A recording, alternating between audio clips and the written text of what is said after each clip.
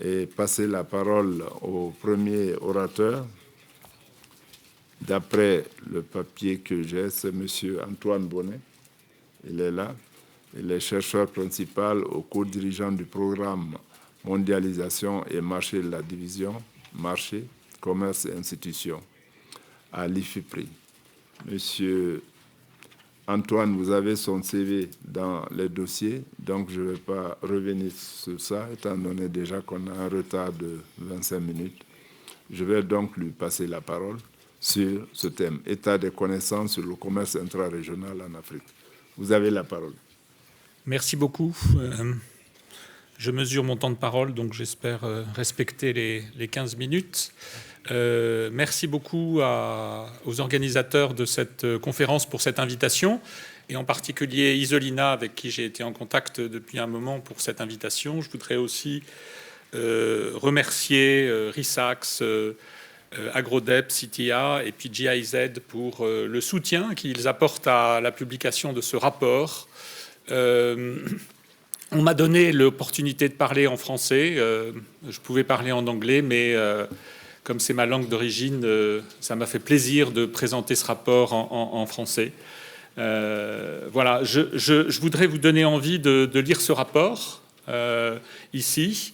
Alors, si vous êtes un peu paresseux, il y a un 2 pages qui vous attend. Si vous n'avez pas envie de porter ce rapport qui est très lourd, vous avez aussi des cartes de visite avec des QR codes pour pouvoir effectivement récupérer le rapport chez vous sur votre ordinateur. Je tiens tout ça à votre disposition. On a travaillé beaucoup donc avec effectivement beaucoup de financeurs que je remercie encore sur ce rapport qui est sur la surveillance, le monitoring du commerce agricole africain.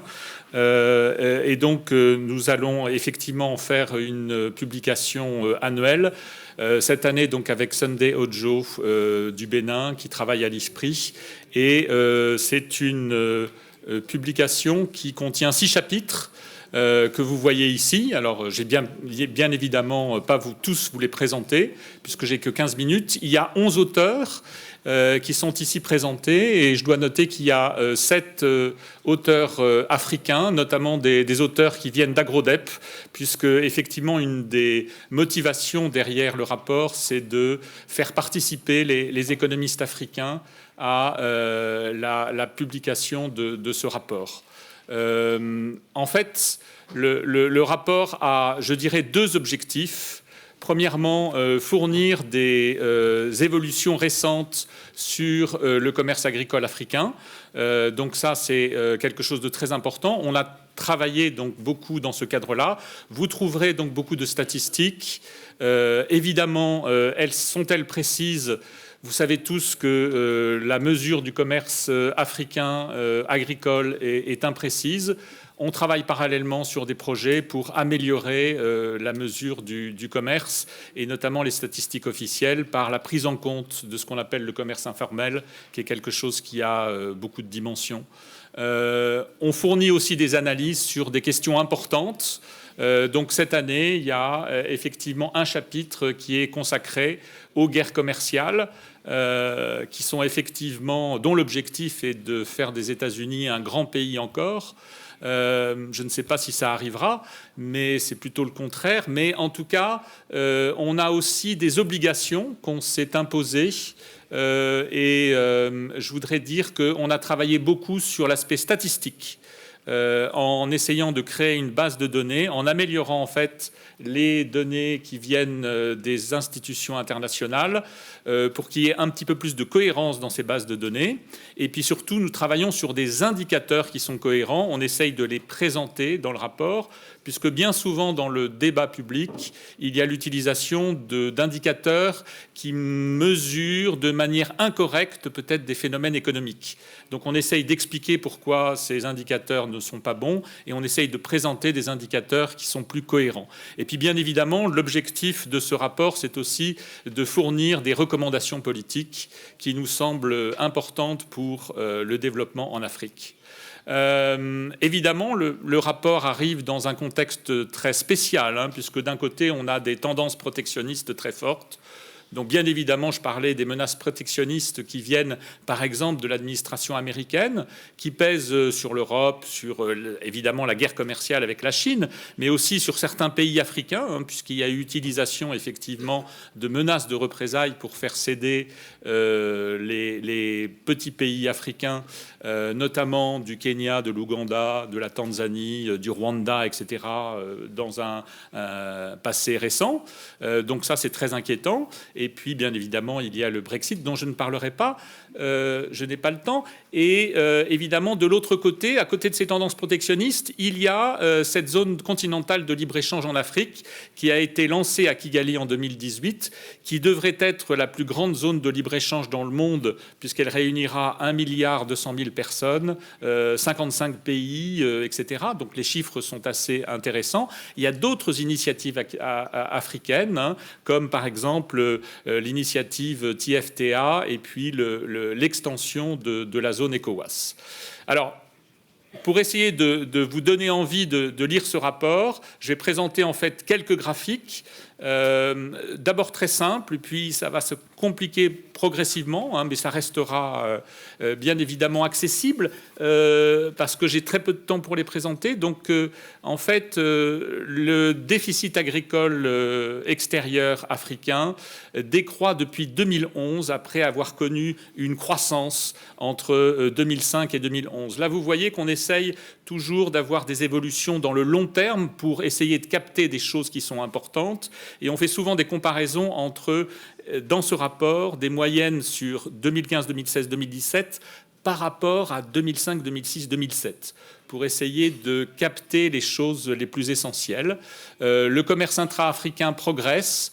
Moins fortement, ça c'est un problème sur lequel nous allons revenir, mais je dois dire que la réduction depuis 2011 du déficit extérieur africain est assez remarquable, tout simplement parce que la croissance de la population africaine est beaucoup plus forte hein, que dans le reste du monde, et que donc d'un point de vue force macroéconomique et structurelle, il devrait y avoir plutôt une tendance au creusement du déficit. Et donc ça c'est une performance intéressante qui vient en plus avec d'autres chiffres qui sont très intéressants. Par exemple, la part de l'Afrique dans le PIB agricole mondial, elle croît dans le long terme de 10 à 11%. C'est la courbe verte qui est tout en haut.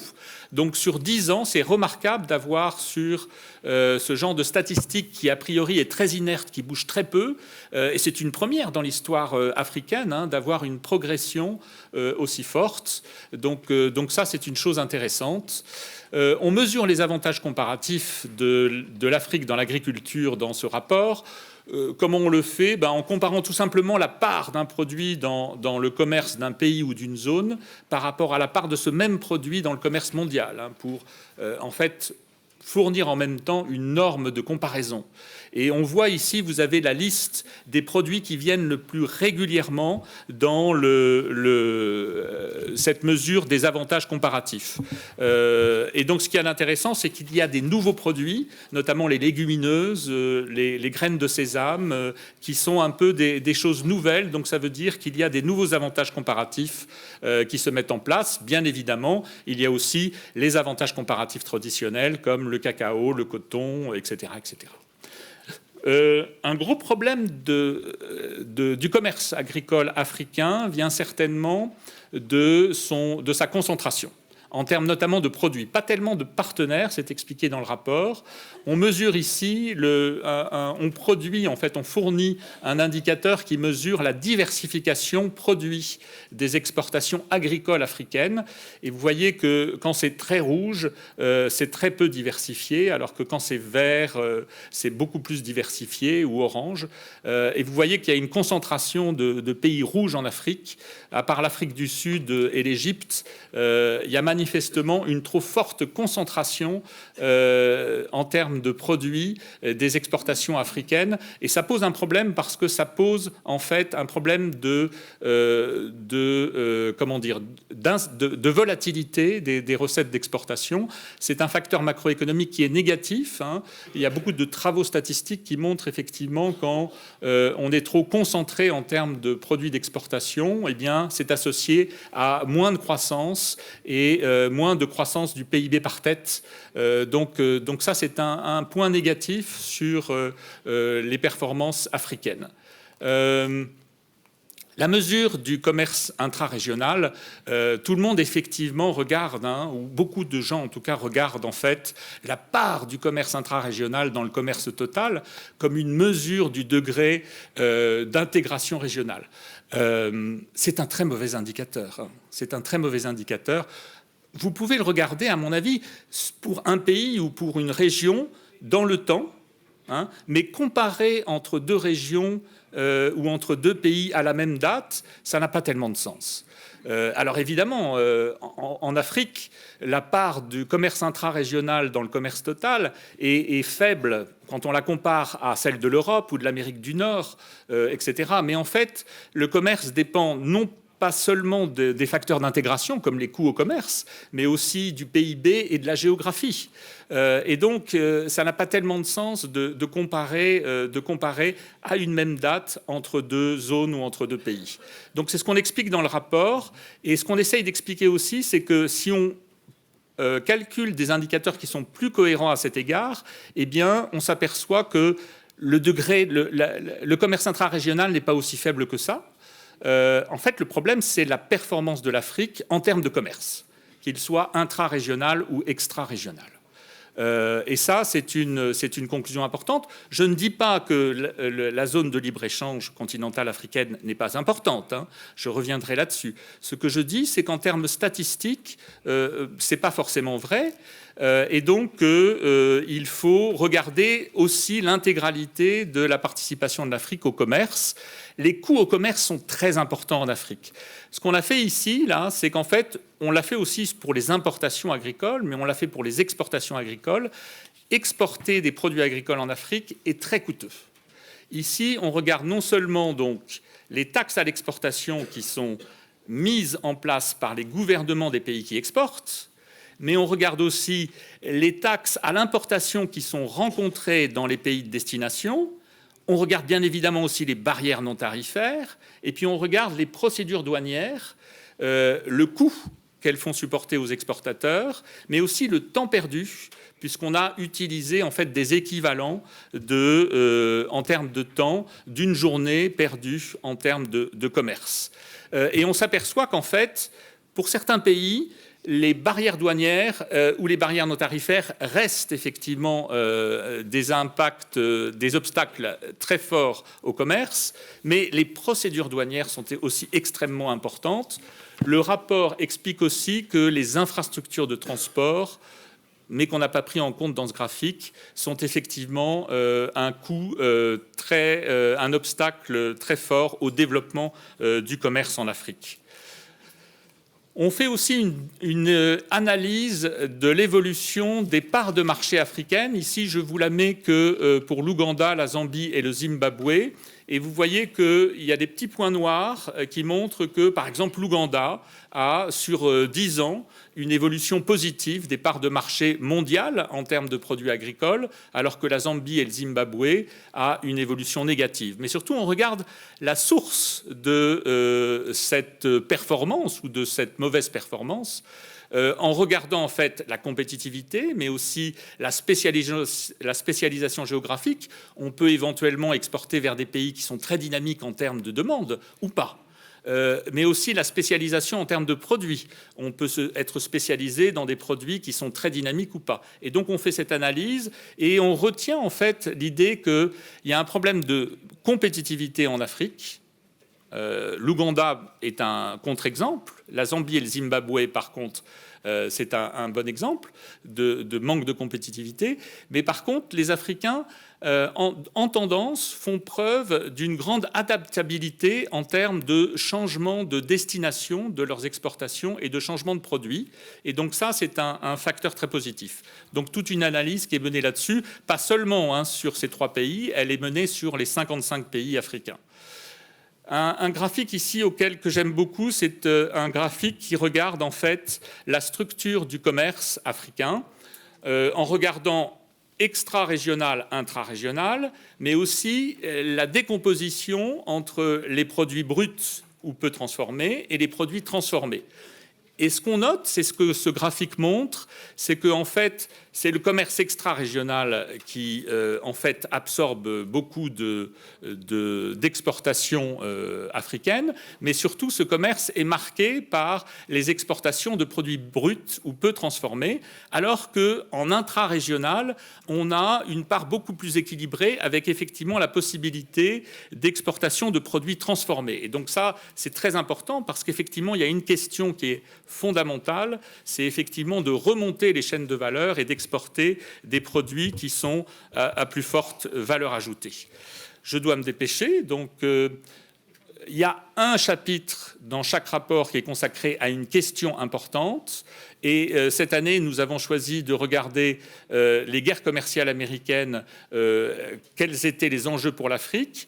Pour vous expliquer en fait ce qui se passe, ce qu'on mesure en fait avec un modèle d'équilibre général calculable, en fait, ce qui se passe, c'est que, bien évidemment, ces guerres commerciales sont un facteur de récession économique mondiale, donc ça pèse sur le PIB de tous les pays. Et donc, c'est négatif pour les exportations africaines, parce que les pays vers lesquels l'Afrique exporte sont moins riches qu'ils ne pourraient être. Mais en même temps, il peut y avoir effectivement des nouvelles opportunités qui sont en fait le fait que les exportateurs américains exportaient vers la Chine et ils ne le font plus. Et donc, il peut y avoir effectivement des nouvelles opportunités pour l'Afrique. Ce qu'on montre, c'est qu'avec une guerre commerciale modérée, en fait, on aurait les résultats positifs pour l'Afrique, mais qu'effectivement, et c'est en train de se faire malheureusement, avec une guerre commerciale qui est plus forte, et surtout si effectivement elle se généralisait à d'autres pays, eh bien là, ça pourrait devenir très négatif pour l'Afrique. Je termine sur quelques recommandations politiques. Nous croyons beaucoup effectivement dans la zone de libre-échange continentale africaine, en termes de création de commerce, en termes surtout, et je crois que c'est l'essentiel de l'argumentation en faveur, en termes de la capacité de cet accord à susciter une remontée dans les chaînes de valeur. Et puis, il y a un argument ici qui est peut-être j'espère, plus conjoncturel, qui est effectivement une protection contre le protectionnisme croissant. La seule chose, c'est qu'effectivement, pour que cette zone de libre-échange continentale soit successful, soit réussie, c'est en fait qu'elle aborde la question des plus grands obstacles au commerce en Afrique, c'est-à-dire les mesures non tarifaires, les procédures douanières et les infrastructures de transport qui pèsent beaucoup sur le commerce africain. Voilà, j'ai terminé, je crois. Merci beaucoup.